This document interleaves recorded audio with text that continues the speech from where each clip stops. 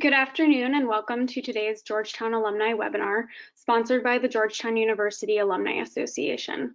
Thank you for taking time out of your day to connect virtually with fellow Hoyas for today's webinar, Emotional Freedom Techniques, Tapping to Reduce Stress During Challenging Times, with alumni Jan Watkins and Christy Steele. Jan Watkins is a coach and psychotherapist in private practice in Alexandria, Virginia. Her practice integrates traditional and non-traditional modalities, including emotional freedom techniques and eye movement desensitization and reprocessing, as well as other energy psychological techniques. Christy Steele is a producer, director, and award-winning photo editor with over 10 years of experience creating captivating content for television, film, print, and web. She has a passion for efficiency and collaboration and has worked with many talented creators at organizations including National Geographic Magazine, Smithsonian Channel, and Science Magazine. She is currently completing her MBA at Georgetown's McDonough School of Business and transitioning to a career in venture capital. I'm Kelly Young, Associate Director of Strategic Engagement and Alumni Relations, and I'll be facilitating today's program. Before we get started, I'd like to share a few tips and reminders. This program is being recorded and the recording will be made available on our YouTube channel within 48 hours of today's broadcast. You will receive the link to the recording in a follow-up email. Jan and Christy will answer questions at the end of the presentation. Please send in your questions as you have them using the questions section of the GoToWebinar control panel. If you're having any technical difficulties or other issues, please also submit those concerns to me via the questions section of that control panel. Without any further ado, I'm pleased to turn things over to Jan Watkins and Christy Steele. Great, thank you so much, Sarah. Thank you for inviting us to talk today. We're both really excited to share emotional freedom techniques with all of our listeners today and teach you how to use this really simple self-help tool. EFT is a tool that you can use anytime that you're experiencing stress or anxiety or really any other negative emotion. And especially in these uncertain times that we're all in, all of the challenges created by coronavirus, we really believe that EFT is a tool that you can use to help you handle and your family handle any challenges that you're experiencing. So thank you for the introduction, Sarah. The only thing I'll add for myself is that I have been using EFT for about 20 years, and personally I use it all the time, and I've also worked with clients and helped my mom, Jan, to teach workshops with EFT. So, and did you want to add anything? Just hello, I'm Christy's mom, happy to be here, and we're both happy to share our experiences with tapping. We've used it in our family life for, like Christy said, about 20 years, and I've been using it professionally, and we've been teaching workshops, and Christy joined me doing that a number of years ago. So we love sharing EFT, and we're happy to have this presentation today. So our outline for today, we'll start by sharing what is EFT. We'll talk about the history of the technique, some of the research around EFT, and then we'll lead you in a group tapping exercise. So you'll be able to tap and follow along with what we say so you can get an experience actually using it. And then we'll share some tips for how you can be successful using EFT on your own, and then talk briefly about how it actually works, and then we'll leave time for questions at the end. We want to start with a poll so that we can get a sense for your familiarity with EFT as a group of attendees. So the poll should pop up on the screen here, and we just want to know if, have you ever heard of EFT? If you've heard of EFT, have you used it? And if you've used it, how extensively? Or we may even have some mental health practitioners on the call here who may have even used this with clients. So this will just help us a little bit in addressing our comments today about EFT to this specific group.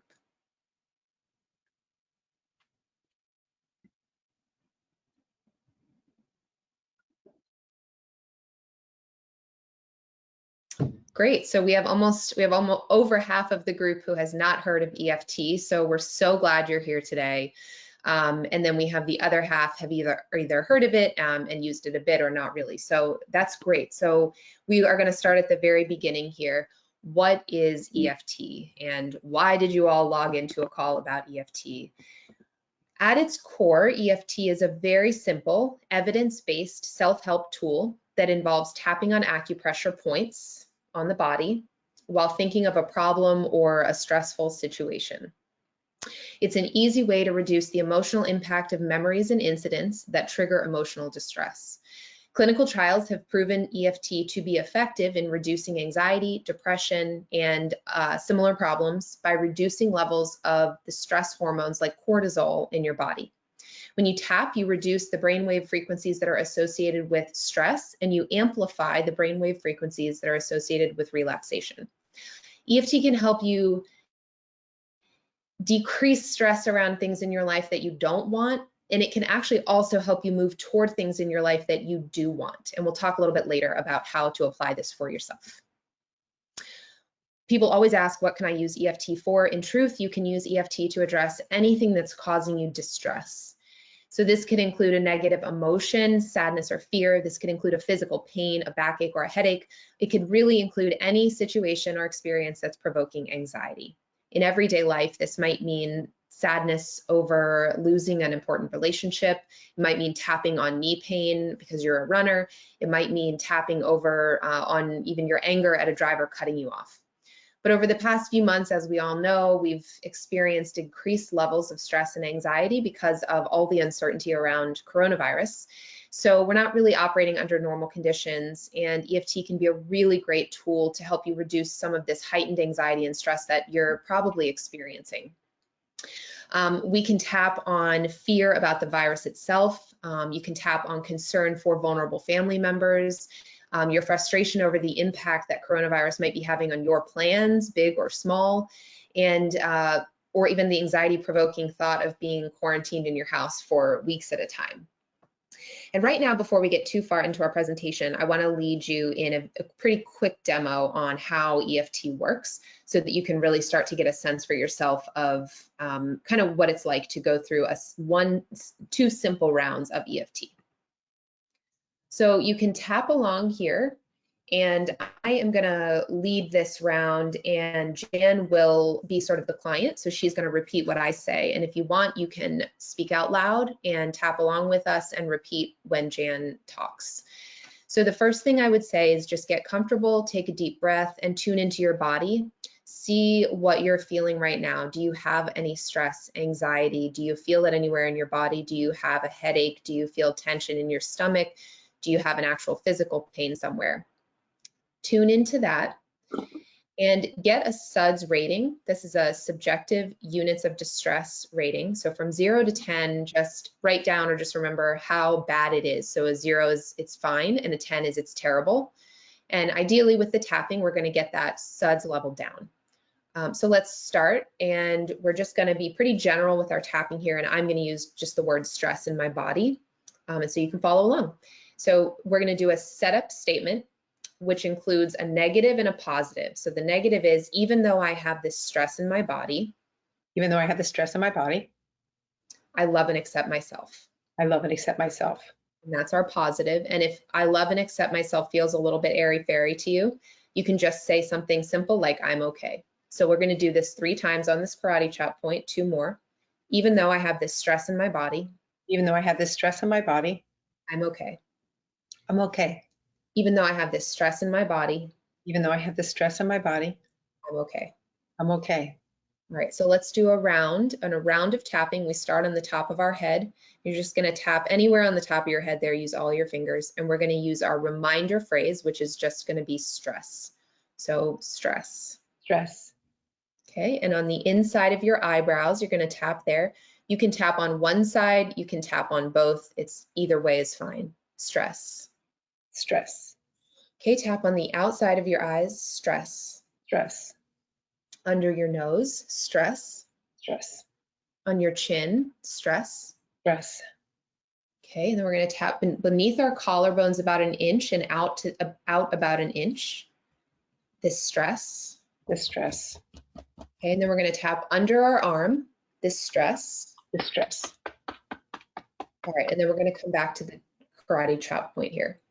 So just tune into your body and see if you've noticed any shift in the level of stress or anxiety or pain in your body. And when we're tapping on all of these points, we're hitting a lot of meridian points in your body, and Jan's going to go into next sort of where tapping comes from and why we're doing this. But for now, you can just believe and give it a try.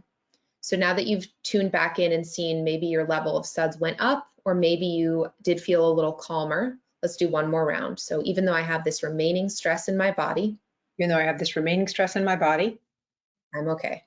I'm okay. Even though I have this remaining stress in my body, Even though I have this remaining stress in my body, I'm okay. I'm okay. I have a lot of stress in my body, A lot of stress in my body, but I'm okay. I'm okay. This remaining stress, This remaining stress, this remaining stress, this remaining stress, all this stress, all this stress, anxiety in my body, anxiety in my body, I'm okay. I'm okay. I feel a bit stressed, I feel a bit stressed, feeling anxious, feeling anxious, but I'm okay. but I'm okay. Okay, great. So now just take another deep breath, tune into your body, get a sense for what might have changed. You'll usually notice some type of shift when you're tapping. Often people start yawning when they tap, and that's a good thing. It means that you're moving energy and you're clearing out stuck and old energy out of your body. So that's a very quick demo. We just wanted to jump right in and show you how it looks and how it feels. We're going to go now into some history of EFT. Before I do that, one quick point, which is what we're going to highlight throughout our presentation, is that all you need to remember is to tune in and tap. You don't have to do the points in the correct order. You don't have to tap them in, you don't have to do all 10 of them if you just pick one point. And if you're feeling stress or anxiety or anger, just start tapping and you will notice a shift. So let's talk about some of the history of EFT. Okay, this is just a quick little history lesson because people are often curious, where did this come from? How long has it been out? Did someone just create this out of thin air? And if you notice, we're tapping on, as Christy said, acupuncture points, and where the body has meridian systems in the body. And the development of energy psychology, which is the body of modalities that include tapping on acupoints, began in the 1960s as mental health practitioners started experimenting with, instead of needling acupuncture points, touching or tapping those points to alleviate physical pain, because acupuncture was to alleviate physical pain. Then practitioners started tapping or touching on the meridian end points that have been identified on the body for thousands of years to use for mental health problems, to see if there could be any reduction of emotional discomfort.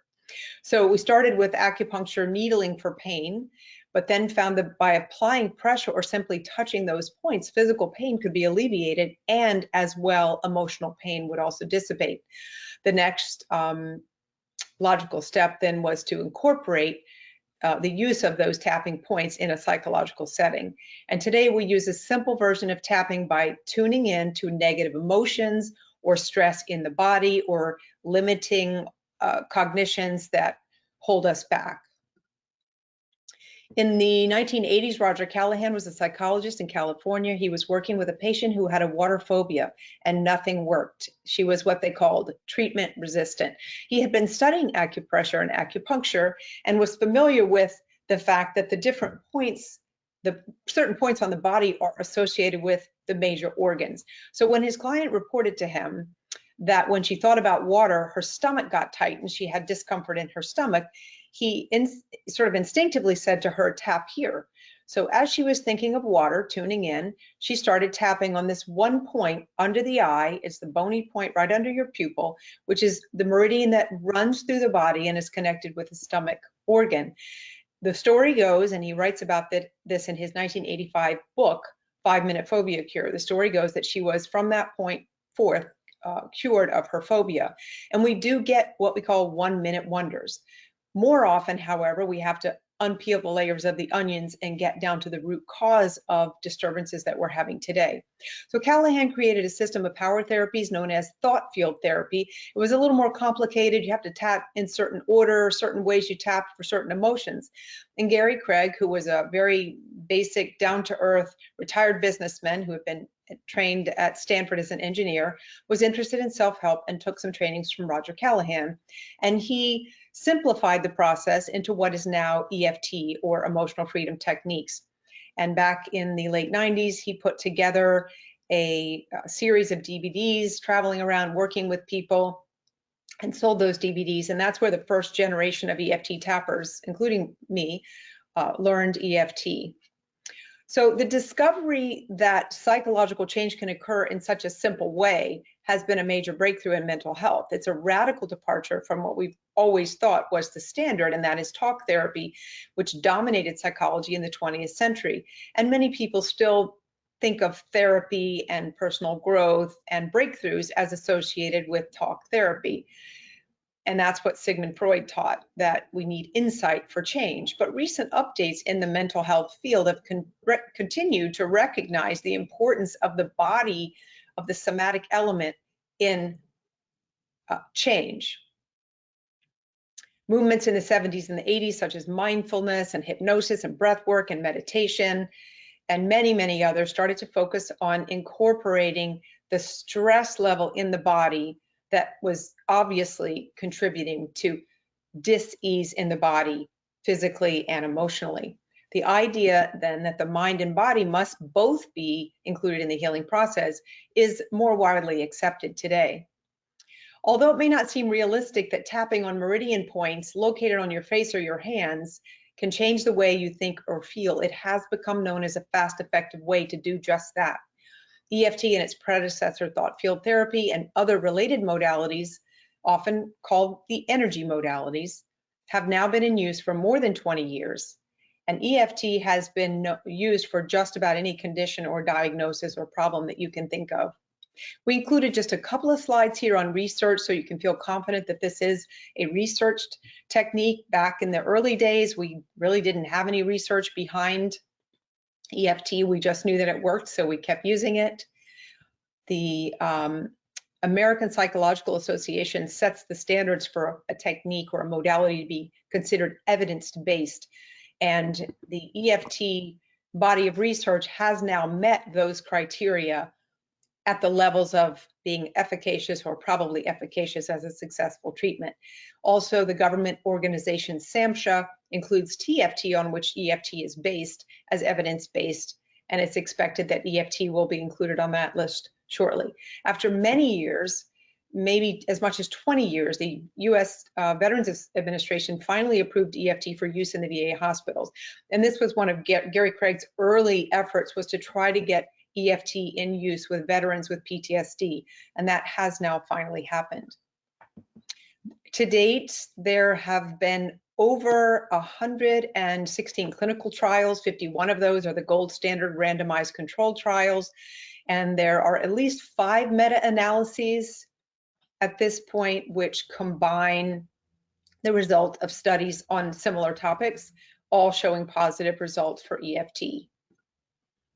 EFT has also been tested in some head-to-head comparisons. I just mentioned 3 here, including CBT, which is sort of one of the gold standard therapies, and EFT performs similar in clinical research to cognitive behavioral therapy, but EFT had the advantage of working much faster and not requiring homework. Clients don't have to do work in between EFT sessions. However, you'll find that it does become a normal part of your routine to use tapping for stress reduction. EFT results are similar to EMDR. You may have heard of eye movement desensitization and reprocessing, which involves eye movements, and it's thought of and used, at least initially, as primarily a trauma therapy.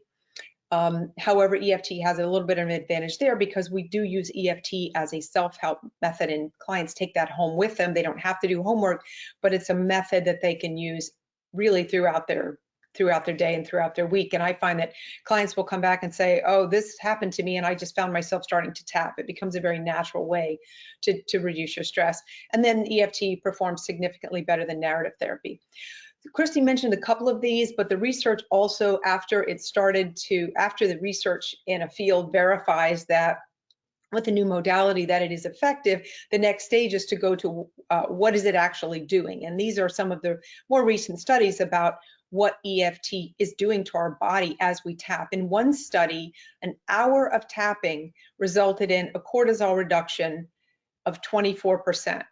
That study was recently replicated last year in Australia with group tapping. So it wasn't even one-on-one tapping, but a group treatment plan. And I don't know if it was 1 or 2 group sessions that they had. 1 hour it was of group tapping.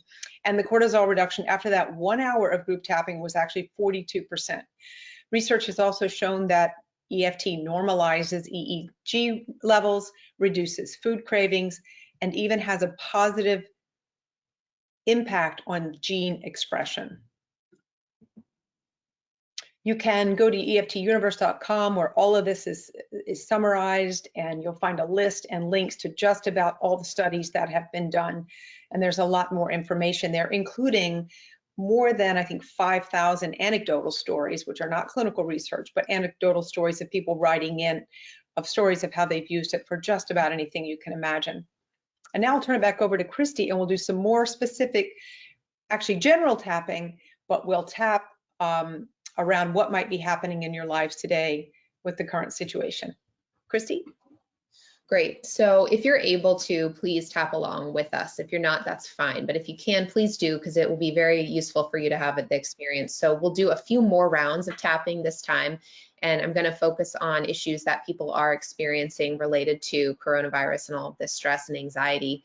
Over the past couple of months, we've talked to a lot of people and asked how they've been affected by coronavirus. And it's interesting because while it is a global threat that almost every country is dealing with right now, and almost every human is kind of facing this existential threat, this actual threat, each individual has his or her own unique reaction to the situation and unique circumstances. So most likely you're having your own emotional reaction to the situation. There are going to be a lot of commonalities between what we're all experiencing, but you may have a unique spin on it.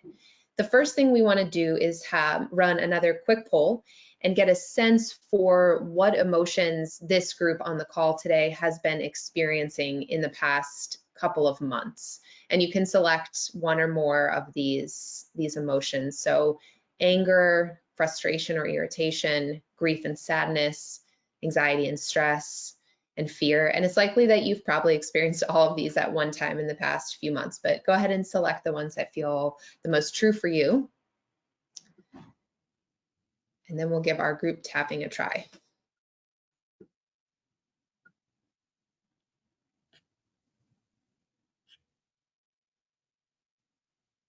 Okay, great. So almost everyone has experienced anxiety and stress, high number of people, frustration and irritation, and then at least half of you, grief, sadness, and fear, and some anger as well. All right, that's really helpful. Thank you for participating. So anger. Some people are feeling anger.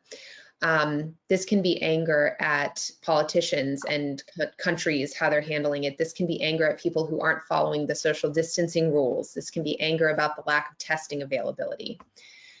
Some people are feeling frustrated. This could be frustration over lack of control in your life, behaviors of family members or spouses with whom you're cooped up with that you aren't usually spending all this time with.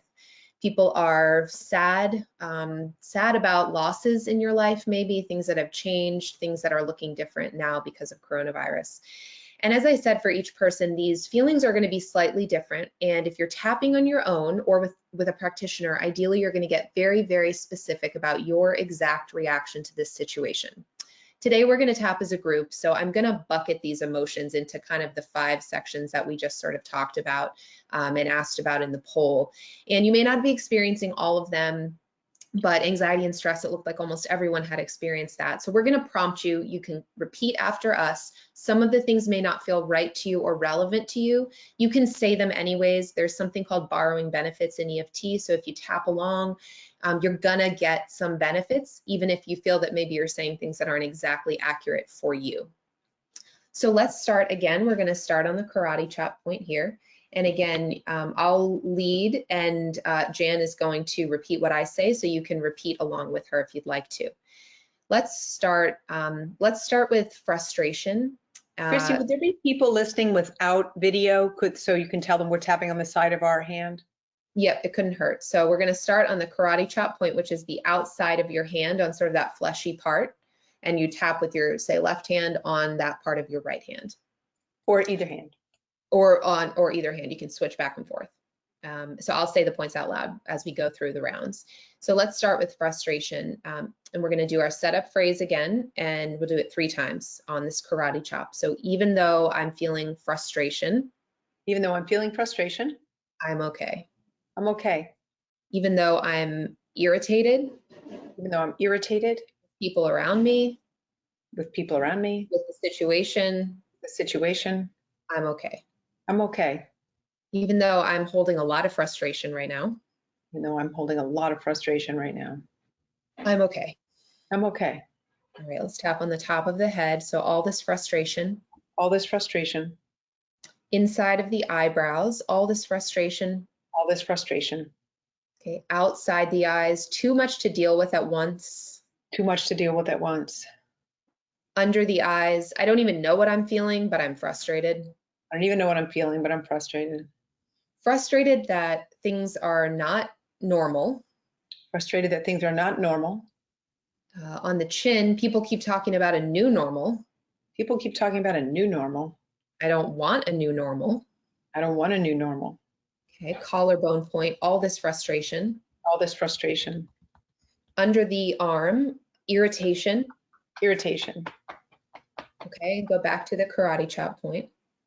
So that's one short round of EFT. So let's move on to anger as our second round.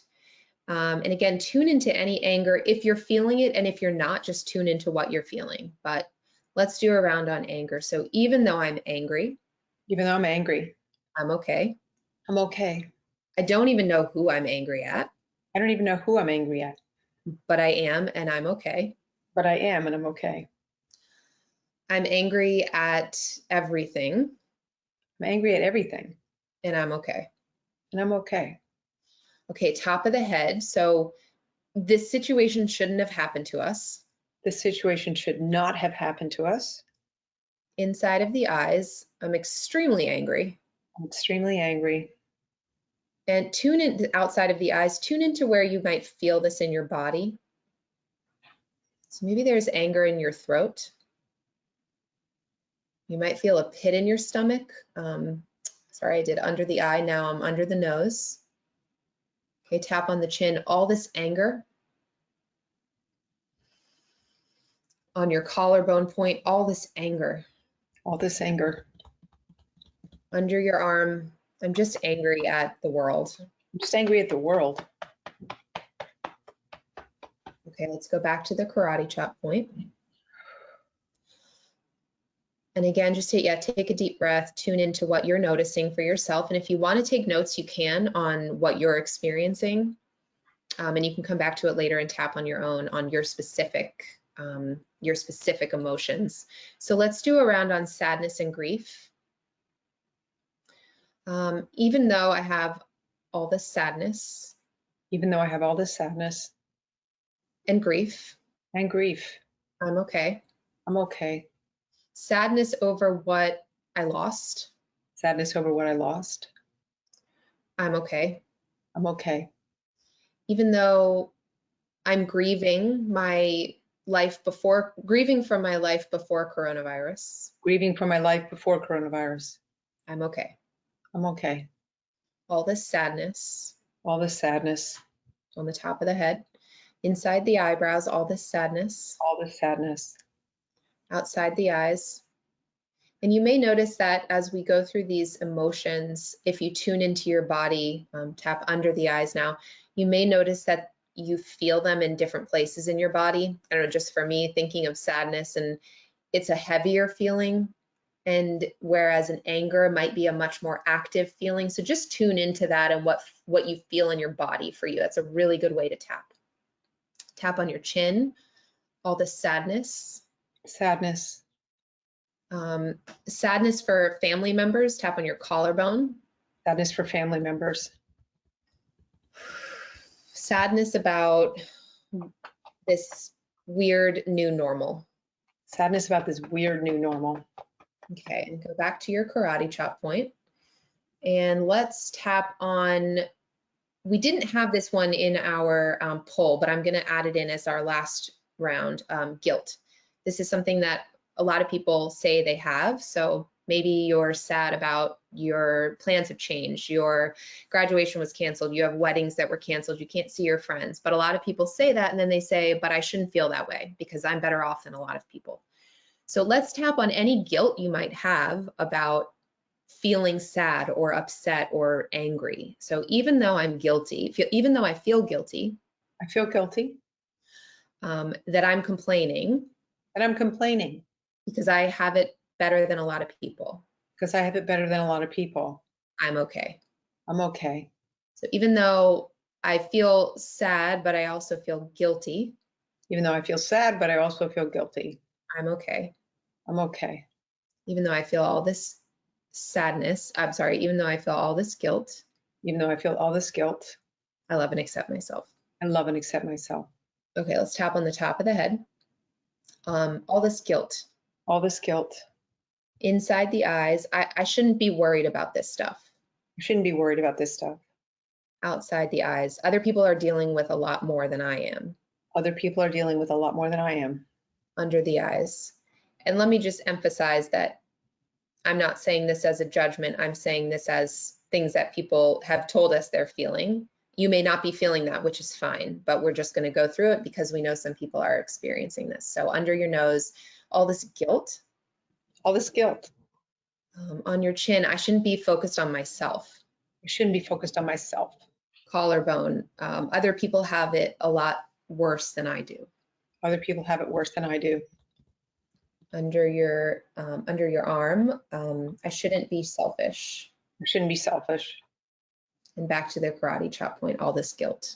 All this guilt.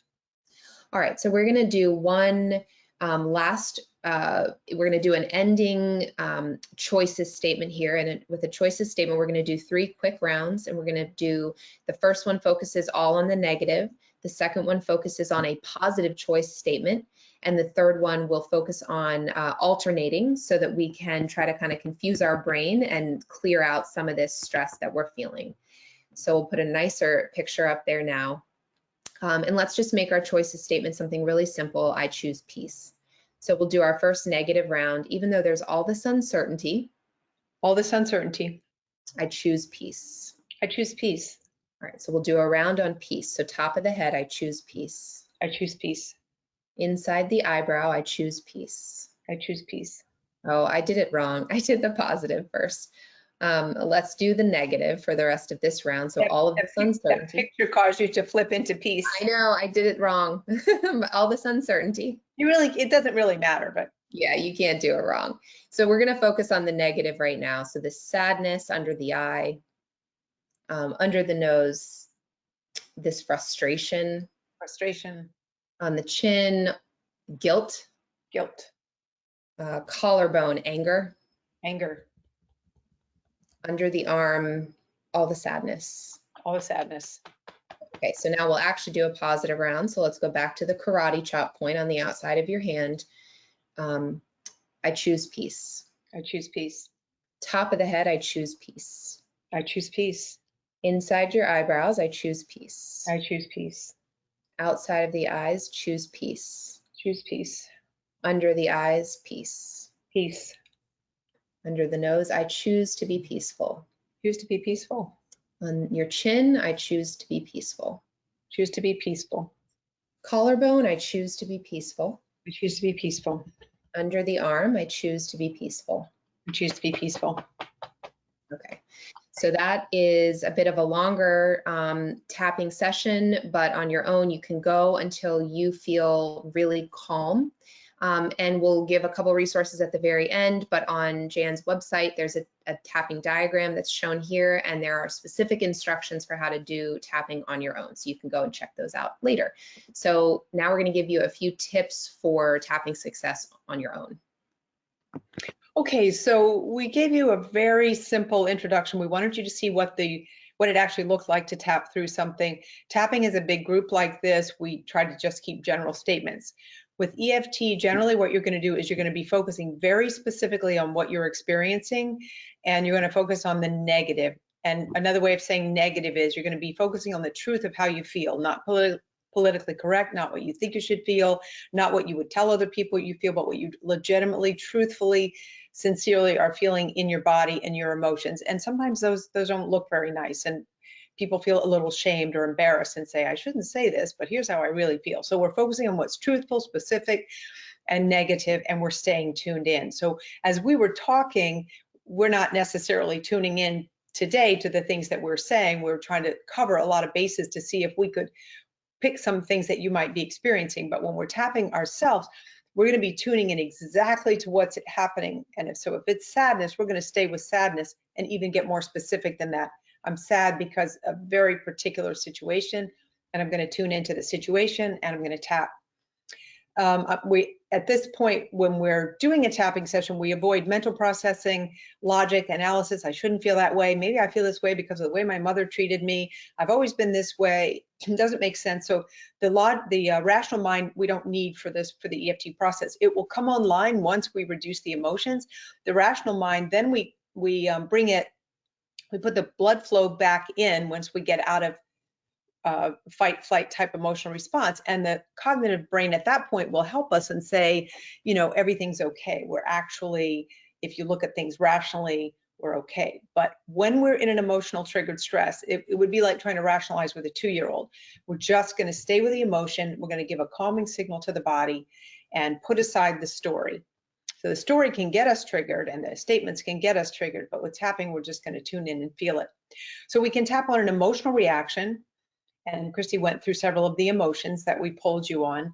Your physical sensation, she started with that in the beginning. What's the stress in your body? And start to become feel emotionally and physically what's happening to your physical body. And that will be a clue to finding a healthier lifestyle and to dealing with the stress in your body, which we now understand stress is underlying just about everything that goes wrong. So we experience the world mentally, physically, and emotionally. That's how our memories are formed and stored. And so with tapping, we can really tap on from any of those angles. It's almost like a different doorway to unlocking and desensitizing something that's triggering us. People will often ask us, can you use EFT for fill in the blank, asthma, cancer, ADHD, back pain, golf, anything else you could think of? And the answer is that yes. Generally, the challenge is to find the core of what's actually upsetting you or blocking you or where you're sabotaging yourself or repeating habits. So we can tap on pretty much any situation you're dealing with, as Christy said at the beginning. It's just kind of a matter of starting to unravel the ball of string and find a way to start. And it doesn't matter what you start, and it doesn't matter what you say. If there's something that's triggering you and you tune into it and you give your body that calming signal, while you're tuning into a stressful signal, the body believes the calming signal, because you wouldn't be doing this and calm and breathing and in the present moment if you were in a fight flight situation. So the body knows, oh, okay, we can untag that trigger. That issue, that person, that situation is no longer a problem. So one of the ways you can start to use tapping right away, even just knowing what we've taught you today, is simply by tapping when you notice an emotion come up, when you notice there's tightness in your stomach, and you might say, yeah, well, that's indigestion, and it could be. But what we have found is that the emotions and the physical are correlated 100%. So if you've got a physical emotion, there's a physical sensation, there's an underlying emotional cause. And just assume there's something emotional about it. And you can tap on the actual physical pain, ooh, this ache in my stomach, or the emotion you think might be underlying it. Because oftentimes, well, I guess I would say more than oftentimes, our physical conditions that arise in life happen around the time that there was a little too much emotional stress on the body. So the daily release, the first one there is really just a matter of tapping, kind of in whining or ranting. I can't believe this is happening. I hate everything. I hate my life, the world, you know, something that you might not say in public, but just to vent truthfully and stay with a negative. And just as you tap through, you don't have to say any particular words. You don't even have to say, I have all this negative and I love and accept myself. You can just vent and tap. And that's a really powerful way. Even in 3, 4, 5 minutes, you'll find yourself a little calmer and feeling better to go about your day. And then number 2, I mentioned already, any emotional reactivity. Christy went through the choice statement. With EFT, we stay negative, and the choices statement actually came from another practitioner. But it's a good way to end a session or to sort of redirect or reframe if you're sort of stuck in a negative thinking, just for a quick shift. Even though I feel this way, I'm going to choose to flip over to this other channel and look out of this other lens. And then the personal peace procedure is something that Gary Craig suggested years ago, and that is to make a timeline of all the events in your life that didn't go that well, or you wish hadn't happened, and the ones that still have a negative charge on them, meaning you can still have a physical, emotional response to them. Use tapping on those, and as you do, especially as you go further back into childhood and desensitize those, the ripple forward effect is profound, and it will change your life subtly but powerfully and certainly. Common questions we get: does it matter what I say? You hear us talking. Christy did a lot of talking as she led through there. The tapping, the talking of the practitioner is just to get you tuned in. So if you're working by yourself, you don't need to tell yourself unless you just, that helps you to get tuned in. So it doesn't matter what you say or how you say it. It doesn't matter what order you tap. It doesn't matter if you tap on one side of the body or the other. You can do alternate tapping. You can go back and forth. You can miss points. There are more points than the ones we've showed you today because we wanted to keep it simple. We showed you the shortcut recipe. There's a longer recipe that includes a little bit of a funny looking procedure called the 9 gamut, which is also a very powerful technique. Can you use it with children? Please do. Children process very quickly. You'll be just getting started and they'll be done. You don't need to ask them how they feel. You can just focus on facts. They can be talking to you and you can have them tap along. You can gently tap on them. Do I have to believe it for it to work? No.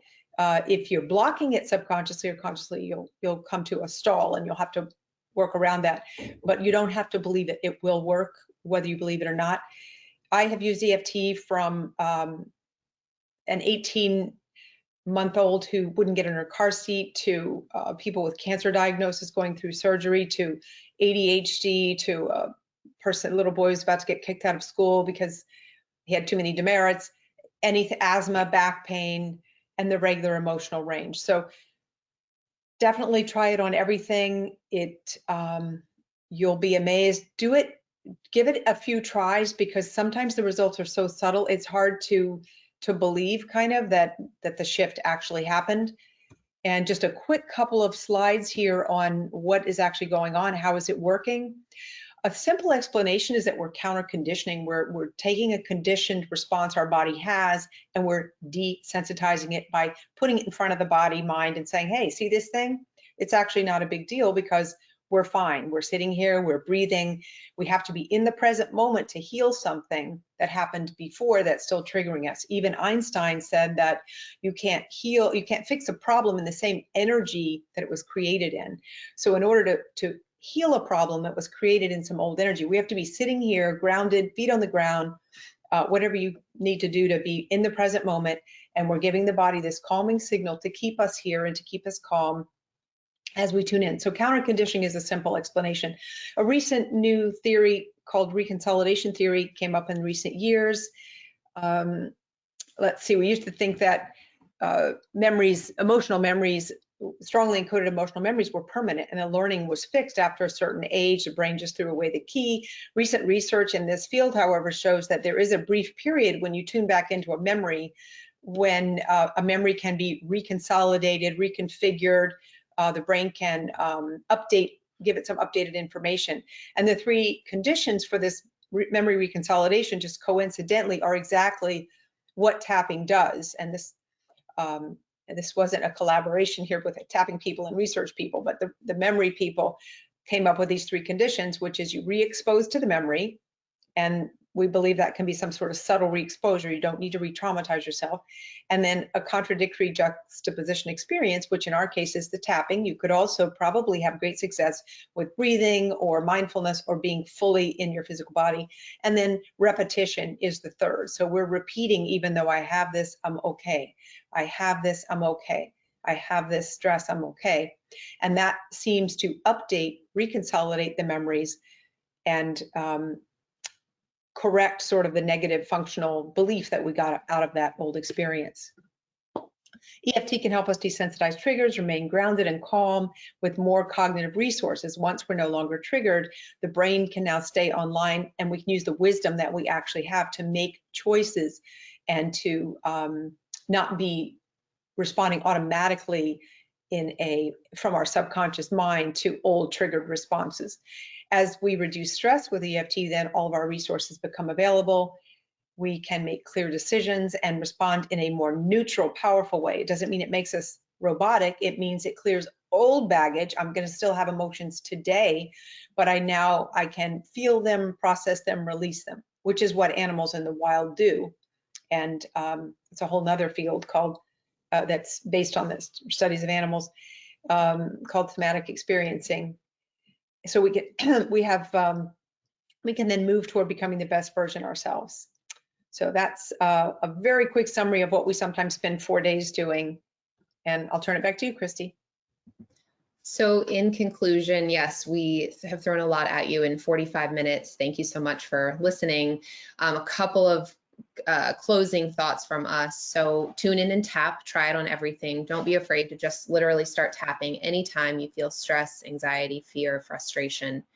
The only word of caution is don't go where you don't belong. So if you have a memory or a situation that's really, really overwhelming and triggering, or if you have yourself or a family member or a friend who's experienced some type of trauma and you don't have any training related to trauma and aren't a mental health practitioner, then just be cautious and maybe seek out a practitioner to work with on that issue. To learn more, you can go to Jan's website, janwatkins.com. There's a lot of information there, and she actually just is now selling a brand new online training, pre-recorded. It's 12 hours, and you will learn everything you need to know if you're interested. EFT Universe and Tapping Solution both have a lot of resources and videos. Tapping Solution has some videos of tapping with children that are really cool. And just start tapping today. You can find a practitioner if you want to work directly with someone one-on-one and get some expert, an expert to work with you. You can find an online workshop, or there are books as well. And that's all we have for you. Thank you so much again for having us and for listening. And I think we're ready to take questions now, if there are any. Thank you both so much. This was a lot to unpack in just 45 minutes. We have had a number of questions about, a lot of technical questions come in, a number, and I know you did reference that there isn't really a wrong way to do it, but we have had a few questions asking why don't you do underneath both underarms? And let's see, are there exact points that you need to hit, or is it just okay to hit a general area? If you could talk a little bit more about either of those. And yes, we actually have had requests to go back to that diagram too. Okay, so the body's meridian systems have end points or beginning points. They're actually highways in the body. So these points actually conduct electricity more efficiently than just tapping somewhere else on your body. And there's a machine called a galvanometer, a little handheld thing where you can actually find these points. And there's low resistance here, so it's very effective at conducting signals in the body. If you tap with a couple of fingers, you're going to get that point. So on top of the head is actually an extra point because a lot of meridians run there. Inside the eyebrow is right inside where your eyebrow ends. Outside the eyebrow, there's a bony point right outside your eye. Under the eye is beneath the pupil on the bony area. Under the nose, that's a pretty simple one, on the chin. And then the collarbone, you go about an inch down, and you can find these in books and diagrams, but an inch down and an inch or two over to find the K27 the collarbone point, which is a very powerful point. Under the arm is about 3 inches down. There's another point under the on the chest where the breast meets the chest wall. And then there's a gamut point that goes with another procedure that we didn't share with you. So it's if you are using a couple of fingers, you're going to get close enough to it that you're going to activate the energy moving in that area. As far as why not to do two, you really only need to tap on one side of the body because you're tapping on that energy highway. We kind of just do two because it's kind of symmetrical, and I think we, people feel comfortable doing that. Some people you'll see tapping this way to get under the arm both places. You'll see people tapping on that liver point here, but EFT is pretty forgiving, and again, you don't even have to always get all the points. The original theory was that you have a blockage in a system depending on what's actually going on with you emotionally. So if you cover them all and if you miss some and you don't get results, you'll go back and pick those up. But it's a very forgiving process. You could really just tap right here and get similar results, if not the same results. This is a very important resistance point on the karate chop. And sometimes during a session, I will talk with the client and just be tapping here. So I hope that answers it. It did, incredibly helpful, thank you. Another question that's come up a couple times is how long a day do you tap? How long would a typical tapping session last? Go ahead, Christy. I think it can vary. So a great way to judge it is if you start and you take your SUDS level and you have, say, stress about maybe you have a family member who's at risk or ill, and say that's like a 9 out of 10, very stressful, very, very, difficult emotion. So if you start at a 9, ideally you would tap until you get down to a 0 or a 1. So where you're feeling pretty calm and you've had some maybe other cognitive thoughts that have come in about the situation. If you can't do that, it's fine. I think that sessions with clients may typically last 45 minutes to an hour. So that's one time length you could consider if you're working with yourself or if you work with a practitioner. However, on the other end of the spectrum, the daily release that we talked about, you can spend 3 to 5 minutes on that. So when you first wake up, or sometimes when you go to bed is a really good time to do that. If you're maybe a little anxious from the day, not calming down well, just spend 5 minutes doing this and lay in bed. And you can, as you'll see on this diagram, there are finger points, which we didn't use while we were tapping today, but these are really easy. If say you're laying in bed and you just tap these finger points while you're laying there. And so it's not that distracting. We had one woman in a workshop one time say she had problems with insomnia and she couldn't sleep one of the nights during our training. And she said she started tapping and then she just woke up the next morning. So the tapping had pretty much put her to sleep. So anyways, timing anywhere from 3 minutes to an hour. You may get tired after an hour. So you may want to stop, take a break and come back to it later. And if you're working on something, your own issue, a setting, in a clinical setting, it tends to go 45 minutes to an hour just because that's what clinical settings are. But if you're tapping on your own issue, you might clear something, you could clear it in 20 minutes. We've also had marathon sessions in our house where we're tapping and going on and on and just uncovering more and more things. So there's no right way to do it. 5 minutes to an hour, anywhere in between. To expand a bit on that, can you talk a little bit more about your tapping practice as a family and how to, possibly introduce it to young children? And do you mean that you engaged then in group tapping? And is there a difference in effect when you're tapping as a group rather than individually? So group tapping in our experience is extremely powerful. There's just a lot going on under the surface in group tapping. We're getting benefits from hearing other people's experience, just like psychotherapists have experienced for years. The benefits are magnified. There are a lot of benefits of tapping in the group. Too many to name right here. So yes, tapping in a group, introducing to young children early on, which along with teaching them emotions and how it's okay to have a feeling, we haven't always done really well at that. I wasn't really taught for us to deal with my emotions, rather just to not have them. So it's one of the reasons I was interested in tapping. So family tapping, we don't tap necessarily as a group for our interpersonal problems as a family. We just over the years started to, as we hashed out difficulties, we would say to the other person, yeah, well, that's your issue. You need to tap on that. Okay, fine, that's my issue, but your issue is that. So you go tap, I'll go tap. You could also sit face to face with someone and just say exactly what you're feeling with honest communication, not you did the following, but here's how I feel.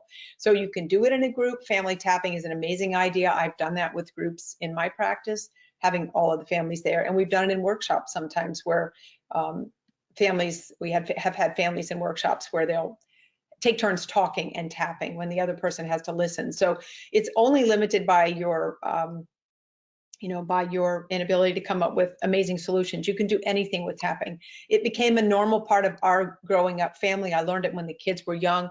Christy once said to me in high school, because high schoolers teenagers like to keep their own stuff. And she said, I tap all the time. And she said, sometimes when I don't even know what's wrong, I just start tapping. You don't even have to know what you're tapping on. It just helps your body calm down. So in terms of using it with family members, that, everybody has different relationships with different family members. So you might not, Uncle Bob might not take to it, but, your sibling might. You just have to use your instincts with what would be helpful there. Christy? Yeah, the only other thing I would say about family is if you have an issue with a family member or a friend or whoever, and you don't necessarily think they're going to be open to tapping, or you don't want to maybe introduce it to them directly, the first thing we usually say to people when they say, I have this problem with this person, is we say, okay, take a step back and tap on yourself, on your experience. So if you have a sibling or a parent or a friend who you're going to have a phone call with or a Zoom with or something, and you're not going to tell them, hey, tap with me, just tap on yourself and just tap on what you are experiencing. So if you're on a Zoom call, just do this, but do it below the table the whole time you're talking to someone. If you have a child, a lot of times we'll have parents say, hey, I have this issue with my child is dealing with this thing, but they don't want to tap.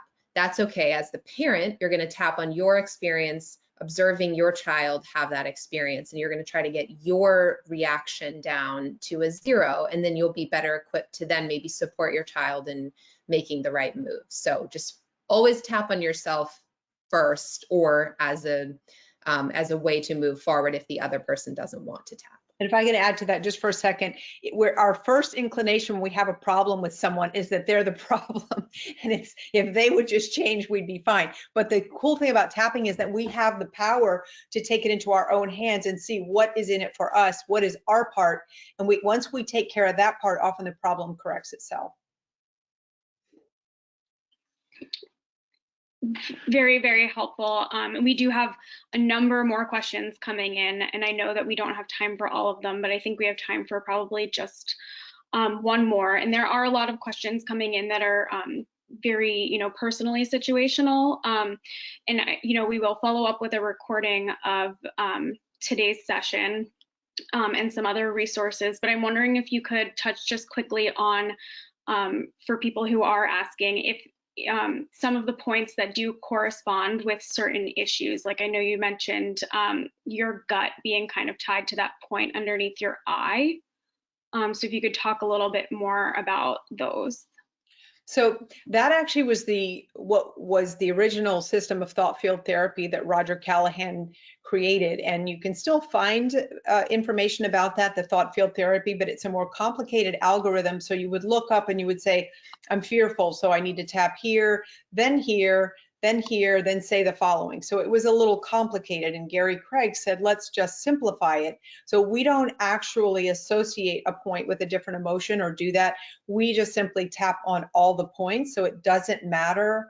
You're going to get the emotional clearing that you need, so you don't need to worry about it. Plus, what's the difference in grief and sadness? And what's the difference in fear and anxiety? So we don't, with EFT, we don't isolate it that way. And most people at this point are using a more general approach. And you don't need to find out which particular point correlates with an emotion. So we're overcomplicating it, perhaps. It's much simpler than that. And that's what Gary Craig wanted to do when he created EFT. He said, let's throw out all those algorithms and identifying a point with an emotion. Let's just do everything. Say this setup, I have this problem, and I'm pretty much okay in this moment. And then you go through and you get all the points. That's kind of why we're doing them all, because it takes about a minute to do that. So whatever point is needing to be tapped will get tapped. Again, so helpful, and we're getting so many messages of thanks to you both for doing this. So to just close us out, thank you both so much for taking the time to present to our community and for this insightful presentation. Thank you everyone for joining us today. We hope you enjoyed the presentation and will join upcoming webinars. Please look out for that follow-up email, which will include more information on upcoming events, as well as a feedback survey and a link to today's recording. Thank you. Thank you, Thank Christy. you. Please email us with other questions if you'd like. Love to hear from you. Wonderful. Thank you both so much. Enjoy the rest of your Thursday. Thanks. Thank you. Bye.